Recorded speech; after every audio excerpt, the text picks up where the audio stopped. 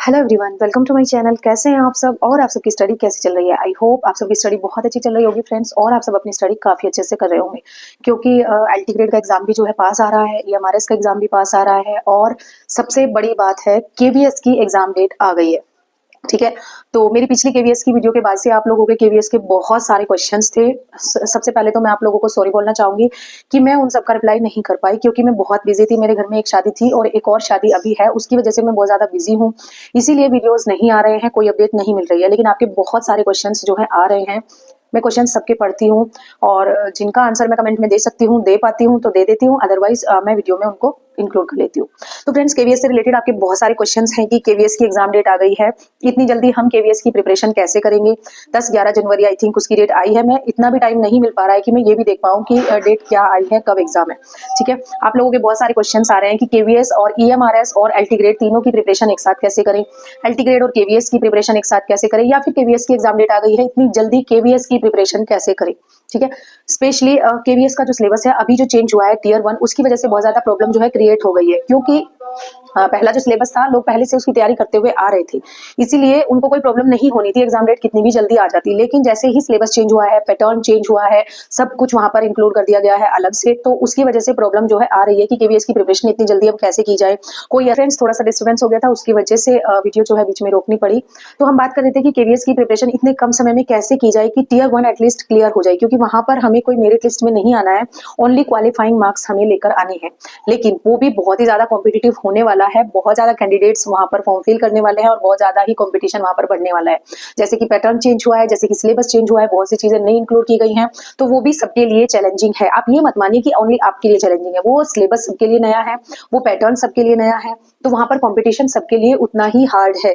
लेकिन अब बात आती है चॉइस की कि आप कैसे चूज करें कि किस एग्जाम की प्रिपरेशन पहले की जाए। जिसका एग्जाम पहले होता है उसी की प्रिपरेशन पहले की जाती है। ठीक है, मेन चीज यही रहती है सभी की। तो लेकिन यहाँ पर क्या हुआ है, बैक टू बैक एग्जाम आ रहे हैं। आप लोगों ने अगर ईएमआरएस फिल किया है तो उसका भी एग्जाम 21 दिसंबर में आई थिंक है, और अगर आप लोगों ने एलटी फिल किया है तो एलटी के कुछ 6 दिसंबर, 8 दिसंबर और 21 दिसंबर आई थिंक 3 डेट पहले आ चुकी थी और 17 और 18 जनवरी बाद में आई थी। तो हमारा तो 18 जनवरी में है, 17 जनवरी में जिस दिन भी है, तो हमारा जनवरी में है, लेकिन कुछ लोगों का दिसंबर में ही है। तो ये सारे एग्जाम डेट जो है आपस में क्रैश हो रही है, आपस में पता चल रहा है कि यहाँ पर जो एग्जाम्स है वो सब एक साथ आ गए हैं, और ऊपर से केवीएस का फॉर्म अभी फिल ही हो रहा है। फिल होते होते ही एग्जाम डेट देकर इन्होंने शॉक दे दिया है स्टूडेंट्स को कि एग्जाम जो है 10-11 जनवरी में करा दिया जाएगा। तो अब सबसे बड़ा कंफ्यूजन है कि किसकी प्रिपरेशन पहले की जाए, किसको प्रेफरेंस दे। तो ये चीज आप एक तरीके से डिसाइड कर सकते हैं कि किसकी प्रिपरेशन आप कर सकते हैं। देखिए, जिसमें आपको फुल कॉन्फिडेंस हो, जिसमें आपको अपने आप पर लगे कि आप इस एग्जाम में फुल्ली कॉन्फिडेंट हैं, आप कन्वीनियंट हैं उसके सिलेबस को कंप्लीट करने के लिए, उसका रिवीजन कंप्लीट करने के लिए और उसके प्रैक्टिस सेट्स कंप्लीट करने के लिए। ठीक है, अगर आपको लगता है कि आज से अभी से आप केवीएस का फॉर्म फिल करने के बाद उसका सिलेबस कंप्लीट कर पाएंगे, उसका एक रिवीजन भी लगा पाएंगे, क्योंकि सिलेबस कंप्लीट करना इंपॉर्टेंट नहीं होता है, इंपॉर्टेंट होता है उसको एक बार और रिवाइज कर पाना, क्योंकि एक बार पढ़कर अगर हम छोड़ देते हैं तो वो कुछ भी चीजें हमारे याद नहीं रहती हैं। ठीक है, तो अगर आप केवीएस की प्रिपरेशन अब से स्टार्ट कर रहे हैं तो कैसे करेंगे और किस तरीके से करेंगे, वो आपके ऊपर डिपेंड करता है कि आप ओनली एक ही एग्जाम की प्रिपरेशन कर रहे हैं या 2-3 एग्जाम को एक साथ लेकर चल रहे हैं।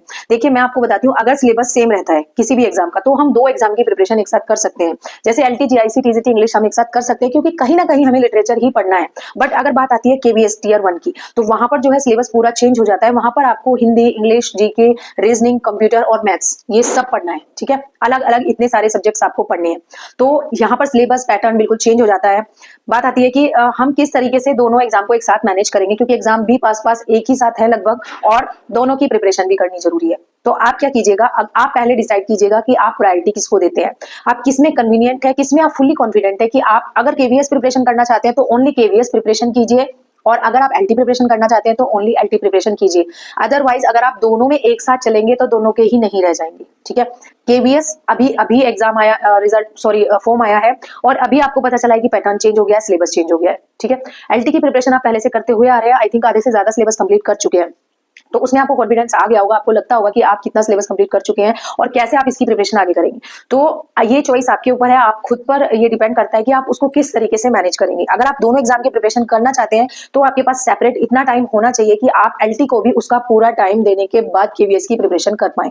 ठीक है, अगर आपके पास इतना टाइम है, अगर आप फुल्ली फ्री हैं ओनली स्टूडेंट हैं तो आप कर सकते हैं। अदरवाइज अगर आप हाउस वाइफ है, वर्किंग है, या फिर कोई टीचिंग मतलब टीचिंग कर रहे हैं, कहीं पर ट्यूशंस ले रहे हैं, या कुछ भी अलग से कर रहे हैं, या हाउस होल्ड वर्क्स कर रहे हैं, घर संभाल रहे हैं, तो आपका पॉसिबल नहीं है 2 एग्जाम को एक साथ क्रैक कर पाना, जिनका की सिलेबस बिल्कुल ही डिफरेंट है। सिलेबस अगर सेम रहता है तो पॉसिबल है, अदरवाइज नहीं। ठीक है, बात आती है केवीएस की प्रिपरेशन कैसे की जाए, उसके सिलेबस को कैसे मेंटेन किया जाए, कैसे इन सब चीजों को मैनेज किया जाए। ठीक है ना फ्रेंड्स, तो आप ले सकते हैं चक्षु पब्लिकेशन की बुक। मैं आप लोगों को बता रही हूँ केवीएस पीआरटी के लिए बेस्ट बुक जो कि है चक्षु पब्लिकेशन की। यहाँ पर मैं आप लोगों को पिक शेयर कर दूंगी और उसकी डिटेल कंटेंट जो भी है उसमें क्या क्या चीजें दी गई है, किस तरीके से चीजें मैनेज की गई हैं। अगर आप चाहते हैं कि आप ओनली केवीएस की ही प्रिपरेशन करें तो आप बुक ले सकते हैं और बुक लेकर अपनी प्रिपरेशन अभी से स्टार्ट कर सकते हैं। ठीक है, लिंक आपको डिस्क्रिप्शन बॉक्स में मिल जाएगा, तो आप वहां जाकर बुक परचेज कीजिए और अपनी प्रिपरेशन बिना झिझक के स्टार्ट कीजिए। बाकी सब चीजों को छोड़कर आप यहाँ पर ओनली केवीएस की प्रिपरेशन जो है स्टार्ट कर सकते हैं, जिससे कि आप ओनली केवीएस पर ध्यान दे पाएंगे और अपनी प्रिपरेशन को और भी ज्यादा मजबूत कर पाएंगे। ठीक है ना फ्रेंड्स, तो लिंक आपको डिस्क्रिप्शन बॉक्स में मिल जाएगा, आप बुक्स जो है परचेज कर सकते हैं। एंड लास्ट में फिर कहूंगी, चॉइस इज ओनली योर्स। आपको डिसाइड करना है कि आपको किसकी प्रिपरेशन करनी है और किसकी नहीं करनी है। ये आपके लिए कोई और डिसाइड नहीं कर पाता, क्योंकि ये आपको पता है कि आप कितने एबल हैं, कितने कन्वीनियंट है सिलेबस के साथ, कितना आपको पता है उसके बारे में और कितना आपके लिए न्यू है। क्या आपको बिल्कुल नए सिरे से शुरू करना पड़ेगा और क्या आप थोड़ा बहुत जानते हैं, थोड़ा बहुत पढ़ते हैं। ठीक है ना फ्रेंड्स, तो ये थी आज की वीडियो केवीएस के एग्जाम के रिलेटेड की एग्जाम डेट आ गई है, कैसे प्रिपरेशन करें। आई होप आप लोगों के इससे रिलेटेड सारे क्वेश्चंस जो हैं हो गए होंगे। अगर और कोई क्वेश्चंस होंगे तो आप कमेंट सेक्शन में पूछ सकते हैं, अगली वीडियो में आप लोगों के आंसर करने की पूरी कोशिश करूंगी। सो मिलते हैं नेक्स्ट वीडियो में नेक्स्ट टॉपिक के साथ, तब तक के लिए thank you so much and best of luck for your study friends.